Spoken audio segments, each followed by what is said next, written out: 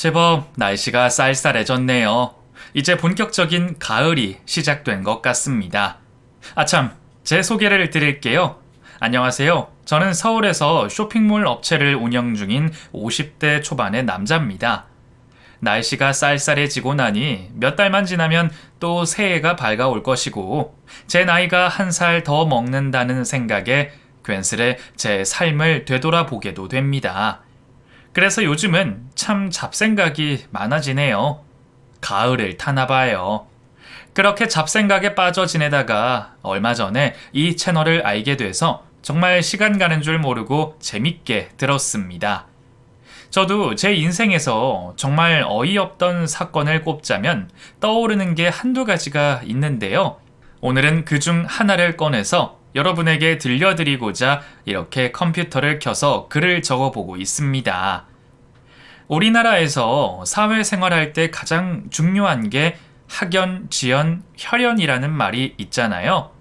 사라져야 할 폐해인데 여전히 이러한 것들이 통용되는 곳이 많은 것 같습니다.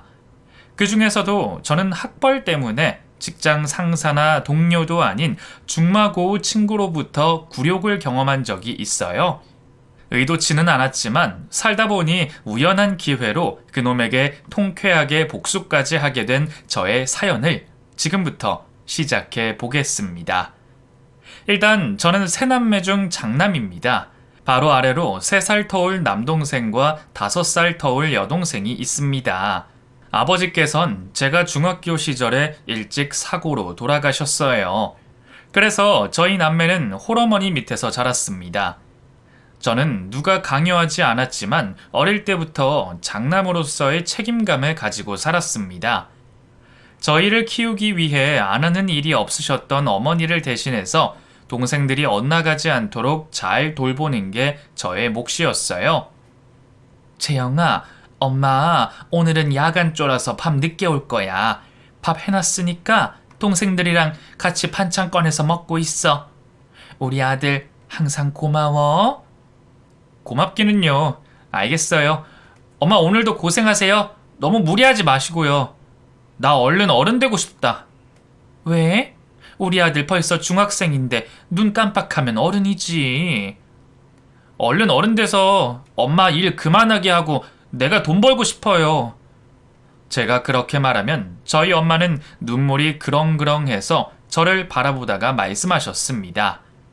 천천히 어른 돼도 돼. 나중에 어른 되면 지금을 그리워할걸? 엄마 하나도 안 힘들어. 그러니까 우리 재영이 부담 갖지 않아도 돼. 알았지? 네. 엄마 다녀올게. 어머니는 그렇게 말씀을 해주셨지만 저는 저희 새남매 매일 아침마다 도시락 싸주시고 생계를 온전히 혼자서 책임져야 하는 어머니의 어깨의 무게가 얼마나 무거울지 대충 짐작을 하고 있었어요. 저는 경기도 쪽에 어느 작은 도시에서 살고 있었고 어릴 때부터 동네 친구들과 서로 어울려서 신나게 뛰어놀며 자랐습니다. 중학교에 들어가서는 성적이 좋아서 우등생 소리를 듣고 살았어요. 중학교 2학년 때 회장 선거를 하는데 저도 출마를 하고 싶은 마음은 있었지만 회장이 되면 신경 쓸 것도 많고 어머니도 부담을 느끼실 것 같아서 포기하고 있었어요. 그런데 당시 저와 초등학교 때부터 친했던 현덕이가 저를 추천하는 바람에 얼떨결에 회장 선거에 출마하게 되었습니다. 야, 재영아, 내가 너 추천했어. 애들도 다 동의해서 너 선거 나가야 돼. 아, 이현덕, 왜 그랬어? 나 못해. 야, 회장 너가 안 하면 누가 하냐? 넌 공부도 잘하고 친구도 많고 선생님들도 너 좋아하고. 야, 내가 너라면 당장 나간다. 친구 현덕이가 그렇게 말을 했습니다. 그런데 저는 너무 부담스러웠어요. 그럼 현덕이 네가 나가지 그랬어. 현덕이 너도 공부 잘하고 애들한테 인기 많잖아. 나 진짜 힘들 것 같은데. 그래, 현덕아, 네가 나가라. 나 친구 없는 거 알잖아. 다 너 덕분에 같이 어울려서 지내는 거지. 재영아, 내가 너 회장 되면 옆에서 오른팔처럼 도와줄게. 사실 현덕이는 초등학교 고학년 때 심하게 왕따를 당한 적이 있던 친구였어요. 현덕이가 같이 친하게 지내던 친구들 사이를 이간질하는 걸 알게 된 다른 친구들이 현덕이를 괴롭히는 건 아니지만 점점 멀리하고 지냈거든요. 그때 혼자서 울고 있던 현덕이에게 손을 내밀어 준 게 저였습니다. 현덕아, 너 혼자서 뭐해? 애들이 나 간신배라고 놀리잖아. 내가 뭘 그렇게 잘못했냐? 현덕아, 그냥 애들한테 사과해. 너 애들 사이 이간질하는 거는 사실이잖아. 혼자서 가기 힘들면 내가 같이 가줄게. 내가 사과를 왜 해? 그 새끼들이 쪼잔한 거지. 현덕이는 자기 잘못보다는 친구들 탓을 하고 있었어요. 그래서 제가 말했습니다. 야, 네가 잘못을 인정해야 애들도 너를 용서하고 오해했다는 걸 알지. 그러지 말고 나랑 같이 가자. 제가 그렇게 겨우 타일러서 친구들에게 데리고 갔습니다. 당시 친구들은 현덕이를 내켜하지 않았지만 워낙에 저와 친하게 지내던 친구들이라서 저를 믿고 현덕이와 다시 어울려 지내게 되었어요. 그런 일이 있었던 초등학교 6학년 때부터 현덕이는 다른 친구들 말로는 제 껌딱지처럼 제 곁에 붙어서 다녔어요. 다른 친구들과는 다른 중학교로 뿔뿔이 흩어졌는데 희한하게 현덕이와 저만 같은 중학교로 배정을 받았거든요. 그렇게 그 자식과 저의 악연이 시작된 겁니다. 제가 아니면 현덕이는 중학생이 되어서도 친구를 사귀기 어려웠을 겁니다. 중학생이 되면서 친구들은 학원을 많이 다니기 시작했어요. 저는 학원을 갈 형편이 되지 못해서 집에서 혼자 열심히 공부를 했습니다.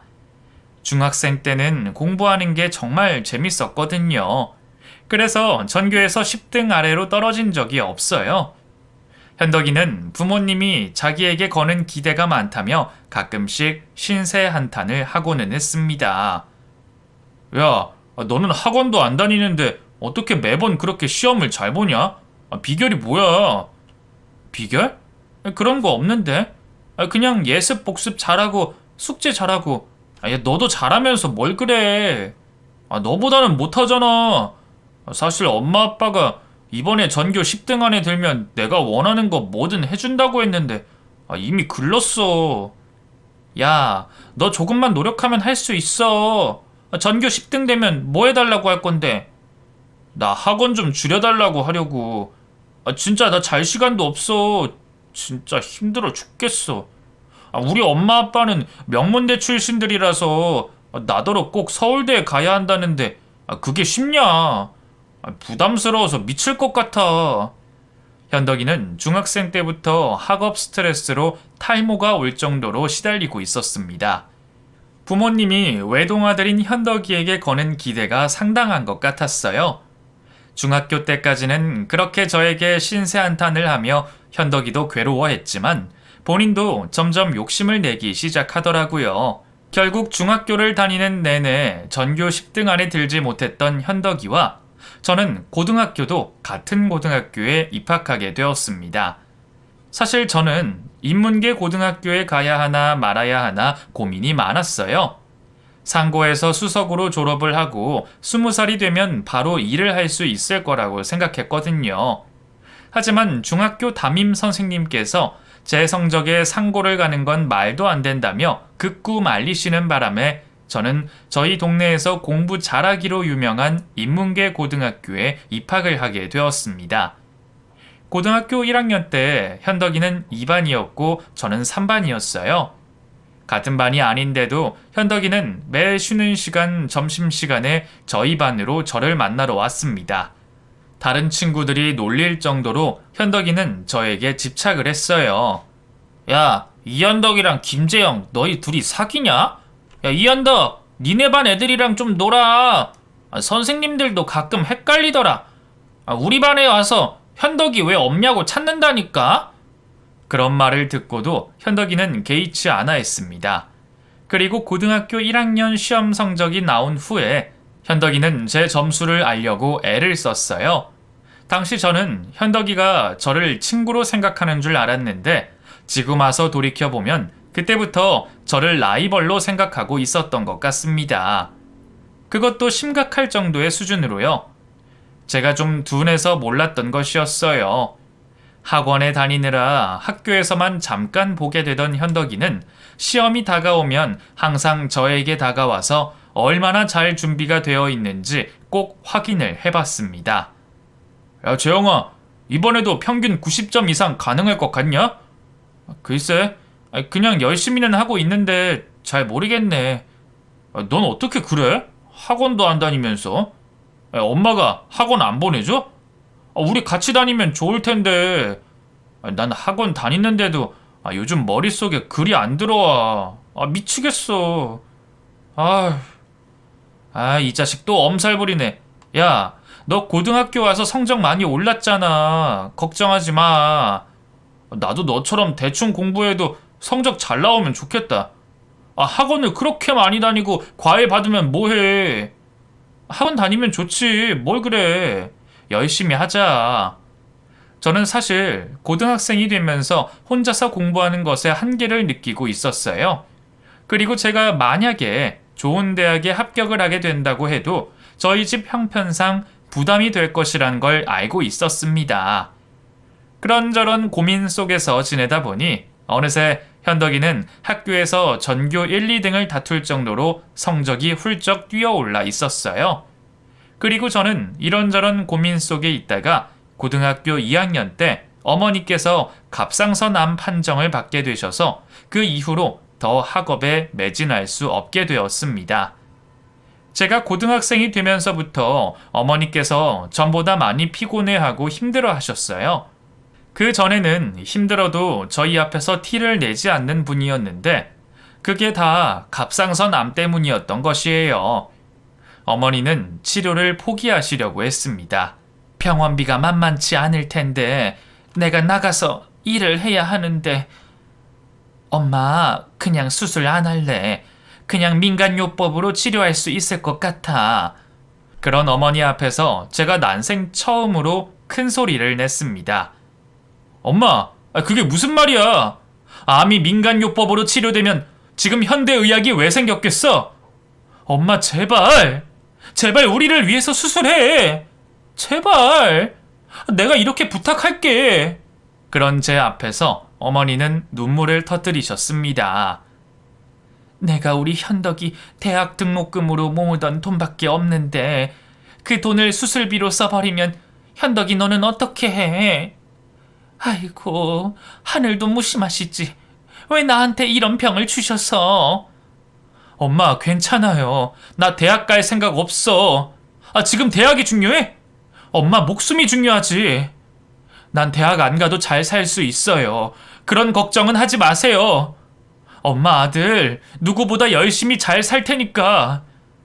저와 제 동생들의 설득으로 저희 어머니는 병원에 입원을 하시고 수술을 받으셨습니다. 그때 다행히 수술 경과가 좋았어요. 그래도 한 달은 병원에 입원을 하셔야 했고 저는 그때부터 완전히 학업에서 손을 놔버렸습니다.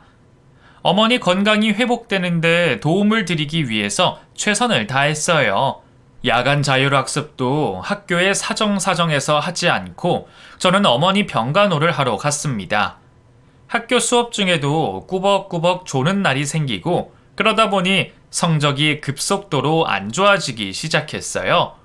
제가 처음으로 전교 100등대로 떨어졌을 때 현덕이가 저희 반으로 저를 만나러 와서 입가에 미소를 머금고 말했습니다. 재영아, 어머니는 괜찮으셔? 어떡하냐? 응, 엄마 많이 좋아지셨어. 그나저나 어쩌냐? 우리 재영이 성적이 엄청 떨어졌던데 그 전교 석차 나온 거 봤지? 아직 못 봤는데? 그러냐? 가서 한번 봐봐. 현덕이는 제 손을 끌고 전교 석차가 붙어있는 게시판으로 데리고 갔고 전교 1등 옆에 현덕이 이름이 적힌 걸 먼저 발견해서 저는 축하해 주었습니다. 와, 현덕아, 너 전교 1등이네? 축하해.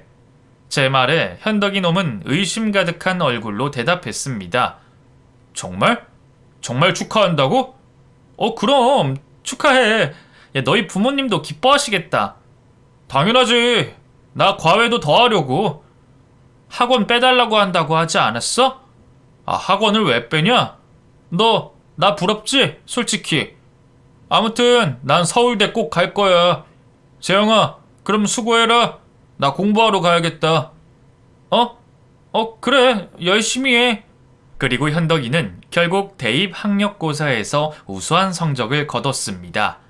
그런데 원하던 서울대에는 예비로 합격을 했다며 제 앞에서 고민을 털어놨어요. 큰일 났어. 서울대 철학과 예비 3번인데 진짜 요즘 죽을 맛이야. 너 다른 대학들도 다 합격했잖아. 꼭 서울대로 가야 돼? 야, 그걸 말이라고 하냐? 당연하지. 넌 내 사정 잘 알면서 말을 그렇게 해? 아니, 난 너 원하는 과로 가는 게 더 나을 것 같아서. 너 철학에 관심 있었나? 과는 하나도 안 중요해. 서울대를 가느냐 마느냐, 그게 제일 중요하다고. 하긴 네가 뭘 알겠냐. 대학도 못 가는 놈이 좋겠다. 나도 너처럼 대학 걱정 없이 살았으면 편할 텐데. 그 말에 저는 조금 기분이 상했습니다. 그 자식도 제 사정을 잘 알면서 그렇게 좋은 대학들에 합격하고도 서울대에 가겠다는 욕심에 본인 이야기만 해대는 게 언짢더라고요. 결국 현덕이는 예비 3번을 받은 서울대 철학과에 입학을 할 수 있게 됐습니다. 그 소식을 전하면서 신나서 어쩔 줄 몰라 하던 그 자식 얼굴을 잊을 수가 없네요. 재영아! 야! 내 친구 재영아! 나 됐어. 서울대! 뭐? 야, 진짜 축하한다. 야, 그렇게 가고 싶어 하더니 성공했네. 이야. 너가 어디 가서 서울대 다니는 친구를 사귀겠냐? 앞으로 나한테 잘해. 알겠냐? 현덕이가 그렇게 말했고 저는 아무 거리낌 없이 농담을 했습니다. 그럼 우리나라 최고 대학 서울대생 친구한테 내가 잘해야지. 나중에 콩고물이라도 떨어지게. 하지만 제 말에 현덕이 자식이 정색을 하더라고요. 야, 벌써 빌붙을 생각하냐? 아니, 농담이야. 축하해. 그렇게 현덕이는 서울대에 입학을 했고 저도 서울 유명대학에 갈 수 있는 성적을 받기는 했지만 대학 입학을 포기했습니다. 그리고 저는 20살이 되면서부터 무작정 서울에 일자리를 구하러 갔습니다. 당시에 저희 어머니는 몸을 회복하셨지만 이전처럼 많은 일을 하시지는 못했고 주기적으로 병원에 가야 해서 병원비도 많이 들었거든요. 엄마, 나 서울 가서 일자리 구할게요. 재영아, 미안해. 뭐가 미안해. 나 드디어 어른 돼서 일할 수 있어서 얼마나 기쁜데. 엄마, 저 다녀올게요. 너희 엄마 말씀 잘 듣고 있어.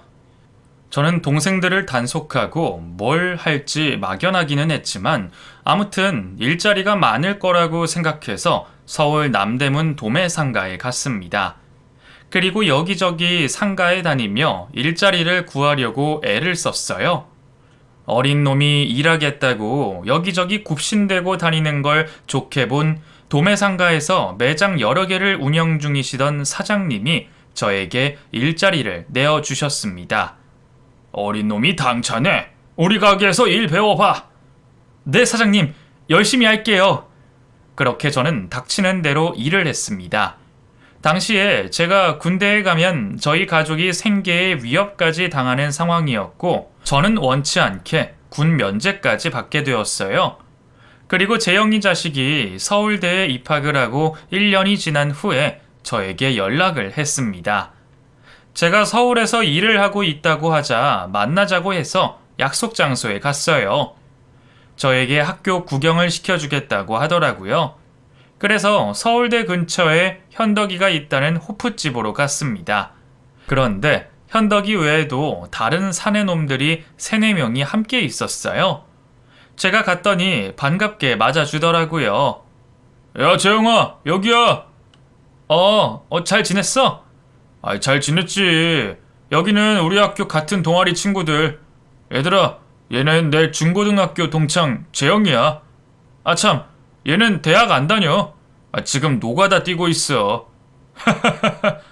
노가다 맞지?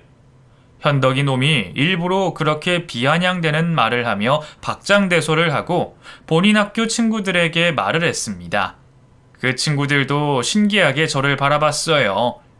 저도 모르게 얼굴이 빨갛게 달아올랐습니다. 그 술자리 내내 현덕이와 그 대학 친구 놈들은 지들만 아는 이야기를 해댔습니다. 저는 끼어들 틈이 없어서 멀뚱히 앉아서 타는 속을 맥주로 달래고 있었습니다. 그러다가 현덕이 놈이 말했어요. 야, 오늘은 이만할까? 야, 너 돈 열심히 버니까 오늘 네가 써라. 네가 언제 서울대생들한테 돈을 쓰겠어. 나중에 우리가 훨씬 돈 많이 벌 텐데. 안 그러냐, 얘들아? 그 말에 현덕이 놈 학교 친구들도 묘하게 입꼬리를 올리며 웃었습니다. 저는 그런 굴욕적인 상황에서도 현덕이가 너무 취해서 그런 거라고 애써 좋게 생각하고 넘기려고 했습니다. 그리고 그날 나온 술값을 제가 다 계산했어요. 그날 밤에 저는 잠을 이루지 못했습니다. 저는 제 삶에 최선을 다해서 살고 있는데 명문대학에 가지 못했다는 이유로 그렇게 무시를 당했다는 사실이 괴롭게 느껴지더라고요. 그렇게 3달에 한 번씩은 현덕이 놈을 만나게 되었고 그때마다 제가 술값을 계산해야 했습니다. 저도 당시에 제가 왜 그런 호구짓을 했는지 모르겠네요. 사실 그때는 제가 살 수밖에 없는 상황으로 흘러갔어요. 다들 학생이라 돈이 없다는 말을 했고 제 남동생이 공부를 꽤 했거든요. 그래서 시험 족보 같은 걸 만들어서 저에게 주겠다는 말을 하기에 거기에 혹한 것도 사실이었습니다. 그리고 제가 22살이 되고 제 남동생이 고등학교 2학년이 되어서 혼자서 공부하기 버거워하기에 제가 현덕이에게 연락을 해서 공부를 좀 봐줄 수 있냐고 부탁을 했습니다. 그때 그 자식이 했던 말은 아직도 또렷하게 기억이 나네요. 야, 네 동생이 우리 학교에 올 수 있을 것 같아? 송충이는 솔잎을 먹고 살아야지. 가난한 집안에서 뭔 대학이야. 그리고 너 이제 나한테 연락하지 마. 네가 술값 잘 내줘서 만난 건데 너 만나면 내가 얼마나 쪽팔렸는지 아냐? 너 고졸에 아무것도 몰라서 학교 애들이랑 대화할 때 너 옆에 있으면 얼마나 불편했는 줄 아냐고. 돈만 주고 꺼지면 좋을 텐데 꼭 눈치 없이 옆에 붙어서 가지도 않고. 야, 됐다. 이제 나한테 연락하지 마라. 절교야, 절교. 너랑 나는 노는 물이 달라. 알았지? 넌 평생 노가다나 하고 살 거고 나는 엘리트 될 건데. 야, 끊어. 정말 억울했던 건 뭔지 아십니까? 그렇게 길게 저에게 폭언을 퍼붓는 동안 저는 한마디도 말을 할 수 없었다는 거예요. 무리를 해서라도 대학에 갈 걸 그랬나? 정말 나는 이렇게 막 일만 하면서 평생을 살아가야 하는 건가? 신분사회는 아니지만 이렇게 계급 차이가 발생하는 건가? 혼자서 잡생각에 미칠 지경이었습니다. 그렇게 현덕이 그 자식으로부터 말할 수 없는 치욕을 당한 후에 요즘 말대로 일방적인 손절을 당하고 나서부터 저는 더욱더 열심히 일에 매달렸어요. 어떻게든 꼭 성공을 해야겠다는 결심을 했습니다. 다행히 제 성실함을 알아봐 주신 사장님께서 장사에 대해 이것저것 알려주시며 노하우를 전수해 주셨습니다. 제 남동생은 다른 사교육의 도움 없이도 서울에 있는 명문대에 합격을 했어요. 제가 학교 등록금을 대주었습니다. 그때쯤에 저는 사장님의 권유로 좋은 조건의 제 가게를 차릴 수 있었습니다. 내가 너를 오래 봤지만 너는 뭘 해도 될 놈이야. 재영아, 내가 가게 하나 싸게 내줄게. 한번 해볼래? 사장님의 제안에 저는 눈물이 터져 나왔어요. 사장님, 저 하고 싶어요. 감사해요. 정말 제 은인이세요. 뭘 또 그 사내 자식이 울고 그래. 내가 살다 보니 재영이 이놈 우는 걸 다 보고. 그래, 열심히 해봐. 내가 물심양면으로 도와줄 테니까. 그렇게 저는 제 나이 25에 제 가게를 차릴 수 있게 되었습니다. 처음에는 액세서리를 판매하다가 점점 영역을 넓혀갔어요. 그리고 여동생의 도움으로 인터넷에 쇼핑몰도 시작했습니다.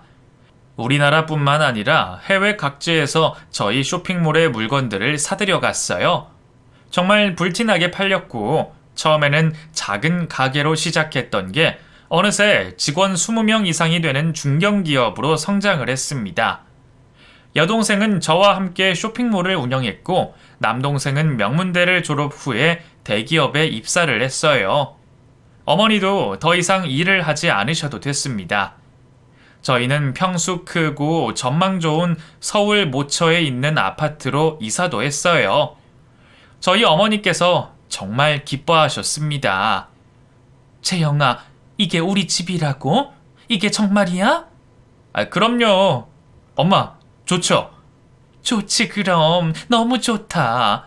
내가 평생 이런 집에 한번 구경이라도 와볼까 했는데 이게 우리 집이라니. 재영아, 고마워. 고생했어. 엄마도 참. 이 정도 가지고 뭘 그러세요. 엄마, 제가 드린 카드로 친구분들이랑 마사지도 받으러 다니시고 취미생활도 하시고 맛있는 것도 사드리고 하고 싶은 거 다 하세요.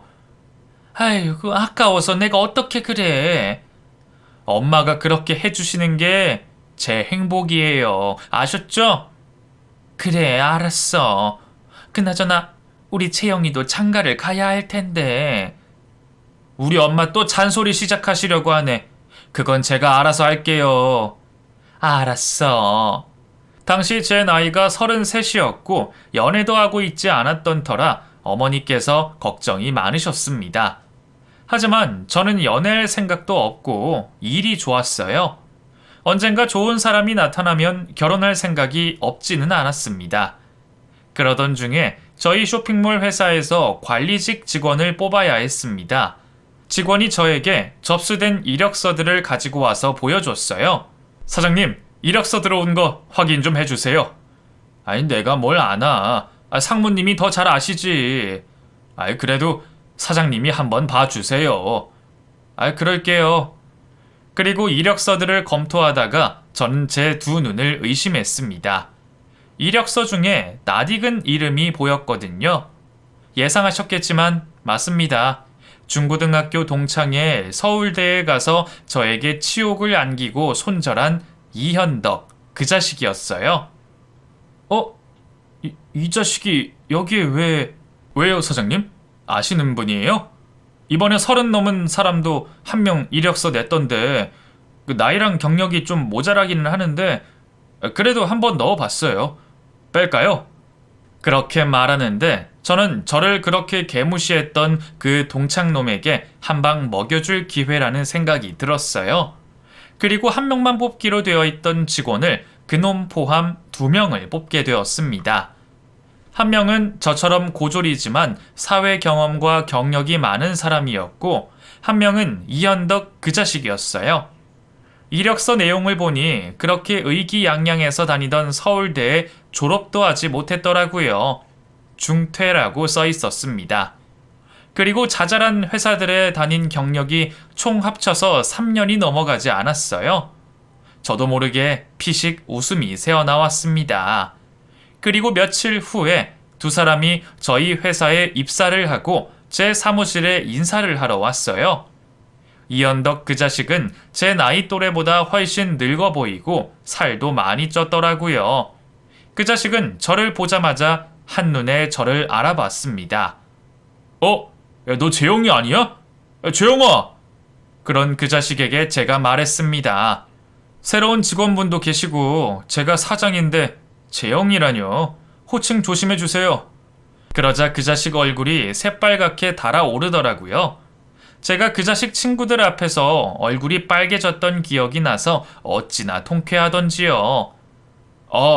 네, 사장님. 네, 일하시는 건 어렵지 않을 겁니다. 옆에서 직원들이 많이 도와줄 거고요. 일단 제가 두 분이 마음에 들어서 뽑았는데 아시죠? 저희 회사에서 직원 한 분만 모시기로 되어 있던 거. 엄밀히 말하면 인턴으로 뽑은 거지만 대우는 정규직 직원들과 똑같이 해드리겠습니다. 대신에 3개월을 지켜보고 두 분 중에 한 분은 해고를 하게 될 거예요. 제 말에 현덕이 자식은 당황했고 다른 고졸 직원은 눈빛을 빛내며 의지를 다지는 모습이었습니다. 그때부터 이미 판가름이 났다고 봐도 무방하겠네요. 그리고 저는 두 사람에게 나가보라고 했어요. 그런데 현덕이 그놈이 나가지 않고 기다리더라고요. 그리고 저에게 다시 편하게 말을 걸었습니다. 야, 이제 아무도 없으니까 편하게 말해도 되지? 야, 너 언제 이렇게 사장 됐어? 야, 멋있다. 왜? 네 저주대로 내가 막일만 하고 그지처럼 살 줄 알았는데 실망했냐? 야, 무슨 말을 그렇게 하냐, 친구끼리. 우리 중마고 오지 않냐? 중학교 때부터. 중마고? 갑자기? 야, 너 서울대 가고 나 현금 지급기 취급하다가 절교하자고 했던 거 잊었어? 헛소리 그만하고 나가서 일이나 해. 저는 그렇게 단호하게 말했습니다. 하지만 그 자식은 나갈 생각을 하지 않고 본인 이야기를 늘어놨어요. 야, 그땐 내가 너무 어렸어. 나 너 생각 많이 했다. 야, 재영아, 나 서울대 출신이야. 고급 인력이라고. 내가 이런 쇼핑몰 차리려고 좀 알아보려고 들어온 건데 너 나랑 동업할 생각 없냐? 그 자식은 낯짝 두껍게 또 대학 타령을 하면서 제가 차린 밥상에 밥숟가락을 올리려고 꾀를 부리고 있었습니다. 간도 참 크다는 생각이 들었네요. 야, 너 보니까 서울대 졸업도 못했더만. 그리고 동업? 너 할 줄 아는 게 뭔데? 동업? 참, 세상 물정을 몰라도 이렇게 몰라? 너 이래저래 뭐 많이 하잖아. 나라고 너처럼 못되겠냐? 옆에 두고 좀 가르쳐 줘봐. 이현덕 사원, 보자 하니까 사장한테 못하는 소리가 없네. 나가요! 아니, 재영아, 그러지 말고. 그 자식은 거머리처럼 붙어서 나갈 생각을 하지 않았습니다. 그래서 저는 고심 끝에 이 자식이 제 손으로 사표를 쓰고 나가게 해야겠다고 결심했어요. 그리고 며칠 후에 그 자식과 함께 입사를 한 사원을 불러서 한 가지 제안을 했습니다. 이번에 입사하신 두 분에게 제가 중요한 업무를 맡길 생각입니다. 제 말에 현덕이 놈이 김칫국을 한 사발 들이켜고 픽픽 웃고 있었습니다. 이번에 저희가 새로 런칭한 브랜드가 있어요. 며칠간 열심히 근무하셨으면 아실 겁니다. 그 한 달간 런칭한 브랜드 매출 5천만 원 이상을 달성하시면 됩니다. 제 말에 현덕이 놈이 깜짝 놀라 물었어요. 5천만 원이요? 둘이 합쳐서요? 아닙니다. 각자 5천입니다. 저희 회사 규모에서 그 정도 매출은 아무것도 아니라고 생각하는데요. 아닌가요? 제 물음에 현덕이 놈과 같이 입사한 사원은 눈빛을 빛내며 대답했습니다. 맞습니다. 그 정도면 충분히 할 수 있습니다. 사장님, 기회 주셔서 감사합니다. 열심히 하겠습니다. 그런데 현덕이 놈은 죽는 신용을 했습니다. 아니, 그게 무슨 5천을 어떻게 하라고. 그런 그 자식에게 제가 으름장을 놓았습니다. 이현덕 사원, 지금 포기하고 바로 사표 쓰고 나가도 됩니다. 아무도 안 말려요. 제 말에 현덕이 놈이 갑자기 긴장을 하고 대답했습니다. 아닙니다. 열심히 하겠습니다. 이미 저는 알고 있었어요. 현덕이 그 자식이 해내지 못할 것이란 것을 말이에요. 아니나 다를까 그날 이후로 두 사람의 행보는 완전히 달랐습니다. 현덕이와 함께 입사한 사원은 발로 뛰어다니며 열심히 브랜드 홍보를 하고 본인이 할 수 있는 최선을 다했습니다. 하지만 현덕이 자식은 백날 첫날 사무실에 앉아서 머리만 쥐어뜯고 있었어요. 그리고 제 사무실에 찾아와서 저를 만나려고 애를 썼지만 저는 만나주지 않았습니다. 사장님, 제가 편지 써서 넣어뒀습니다. 저 이현덕입니다. 꼭 읽어주세요. 나중에는 구구절절 편지까지 써서 제 사무실에 넣어뒀더라고요. 내용은 정말 하찮은 변명들이었습니다. 본인이 공부만 하느라 인맥도 없고 방법도 모른다느니 저와 절교를 선언했던 걸 후회하는 말들 등 정말 가짜나서 제대로 읽지도 않고 구겨서 쓰레기통에 던져버렸습니다. 그 와중에도 그 자식은 한때 친구였단 걸 빌미로 저에게 어떻게든 뭐라도 빼먹으려고 요행을 바라고 있었어요. 서울대라는 간판만 믿고 얼마나 편하게 살았을지 예상이 가는 바였습니다. 게다가 대학교 생활은 얼마나 엉망으로 했으면 졸업도 하지 못했을지 생각하니 그저 한심할 뿐이었어요. 하도 저를 귀찮게 해서 저는 괜한 짓을 한 건 아닌가 하는 후회까지 들 정도였습니다. 그냥 그 자식을 내쫓아 버릴 걸 괜히 기회랍시고 줘서 나만 귀찮게 됐다는 생각이 들었거든요. 하지만 젊고 어린 날의 저에게 그렇게 큰 굴욕을 안겼던 그 자식의 코를 납작하게 만들어주고 싶었기에 꾹 참았습니다. 그리고 그 당시에 저는 저에게 은인이었던 도매상가 사장님의 지인분 따님과 소개팅을 하게 되었어요. 그 사람은 고등학교를 졸업 후에 의상 관련 학원에 다니다가 자기 브랜드를 차린 여자였습니다. 살아온 이야기를 들으니 존경스럽더라고요. 단숨에 호감을 느꼈습니다. 저랑 비슷한 삶을 사셨네요, 예지씨. 우리 앞으로 잘 만나봐요. 그래요. 저도 이렇게 저를 잘 이해해주는 사람은 처음 만났어요. 그렇게 저는 설레는 연애를 시작하게 되었고 현덕이 자식은 제가 내준 숙제를 푸느라 똥마려운 개마냥 안절부절 어쩔 줄을 모르고 있었습니다. 그리고 딱 한 달이 지난 후에 매출 실적 결과 서류를 저에게 가져오라고 두 사람을 불렀어요. 현덕이 놈은 기가 죽어서 제 사무실에 들어왔고 현덕이 놈과 함께 입사한 사원은 의기양양하게 제 사무실로 들어왔습니다. 결과는 뻔했습니다. 그런데 생각보다 더 실적 차이가 많이 나서 조금 놀랐네요. 이게 뭡니까, 이현덕 씨? 뭐 하신 거예요? 매출 500은 가만히 앉아 있어도 나오는 건데. 아니요, 사장님. 됐습니다. 그리고 박종현 사원? 대단하네요. 목표액의 2배를 달성하셨어요. 브랜드 런칭하고 최고 매출액입니다. 제 말에 사원이 대답했습니다. 사실 제가 실무 경험이 많아서 이렇게 좋은 결과를 얻었다고 생각합니다. 세상에 보여지는 게 학벌이 다는 아니니까요. 그 간판 바깥에서 열심히 사는 저 같은 사람들도 있고 저에게 기회를 주셔서 감사합니다. 그 사원도 현덕이 놈에게 학벌 가지고 된통 당한 모양이었습니다. 현덕이 놈을 힐끔거리면서 그렇게 말하는데 제 속이 다 후련했어요. 그래요. 저희 회사에 와줘서 고맙죠. 아무튼 결과는 이렇게 나왔으니 제가 입사하실 때 말씀드린 대로 이현덕 사원은 사직서 제출하고 내일부터 회사 그만 나오시면 되겠습니다. 나가보세요. 제 말에 다른 사원은 인사를 하고 사무실 밖으로 나갔고 현덕이 놈은 남아서 제 앞에 무릎을 꿇고 고개를 푹 숙였습니다. 당황스럽더라고요. 뭐 하세요? 나가보세요. 재영아, 미안하다. 진짜 미안해. 나 좀 봐줘라. 나 사실 학벌 가지고 너 무시했던 거 사실이야. 하지만 나도 반성 많이 했어. 사회 나오니까 그게 다가 아니더라. 나 정말 이 나이 되도록 경력이라고는 쥐뿔도 없고 나 좀 걷어줘. 제발 나 내치지 마라. 부탁할게. 나 여기 나가면 또 여기저기 이력서 내러 다녀야 하고 나 뽑아준다는 보장도 없고 진짜 한 번만. 또 말을 반토막 내서 하시네요. 서로 간의 예의를 지키시죠. 제 말에 현덕이 놈이 대답했습니다. 사장님, 한 번만 기회를 주십시오. 제가 열심히 해보겠습니다.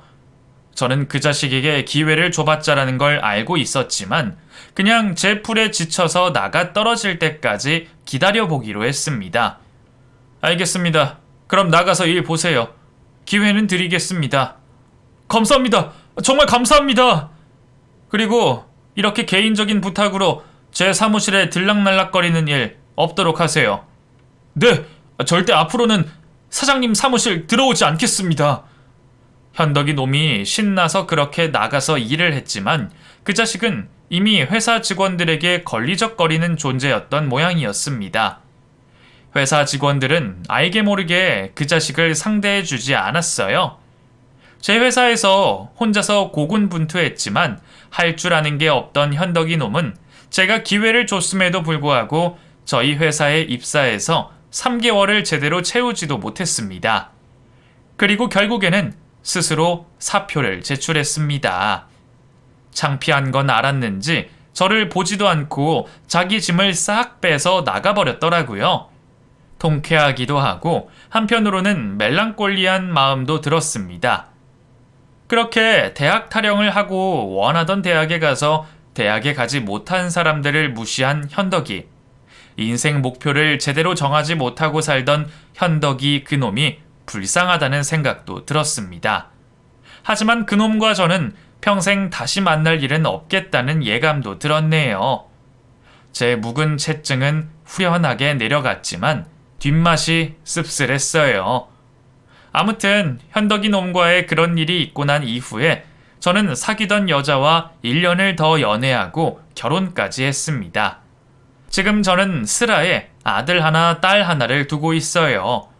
두 녀석에게 목표를 갖고 살아야 한다는 잔소리를 하게 되네요. 우리 아들, 딸, 너희는 뭐가 되든 하고 싶은 일을 찾아야 돼. 사람은 꿈을 크게 가져야 그 언저리에라도 가는 거 알지? 알았어요, 아빠. 제가 그렇게 아이들에게 말을 하고 있으면 옆에서 아내가 저에게 한마디를 합니다. 아이고, 또 그 소리야? 애들 귀에 못이 박히겠다. 지금은 한참 뛰어놀 나이인데 그런 말 좀 그만해. 나중에 다들 어련히 알아서 할까? 아니, 나는 그냥 걱정돼서 그렇지. 걱정도 정도껏. 애들 지금 하고 싶은 거 다 하고 사는데 뭐가 걱정이야. 그래, 엄마 말이 맞다. 나가 놀아라. 아빠가 괜한 소리 했다. 우선은 하고 싶은 거 다 해봐야지. 예전에 학벌로 인해 믿었던 친구 녀석에게 된통 무시를 당하고 본의 아니게 복수까지 하게 된 제 이야기를 하다 보니 세상이 많이 달라졌다는 생각이 드네요. 요즘은 정말 학벌이 중요한 시대는 아닌 것 같습니다. 저희 회사만 해도 직원들 학벌만 보고 뽑지는 않거든요. 자기 능력을 개발해서 그걸 개발하는 게 중요합니다. 본인이 할 수 있는 선에서 최대한의 능력을 끌어내서 살기도 어려운 세상이니까요. 자기가 할 수 있는 일을 찾는 것만으로도 대단하다고 생각합니다. 현덕이 놈은 지금 뭘 하고 살고 있을지 모르겠네요. 지금은 어디에서 뭘 하고 살든 건강하게 잘 살고 있기를 바랍니다.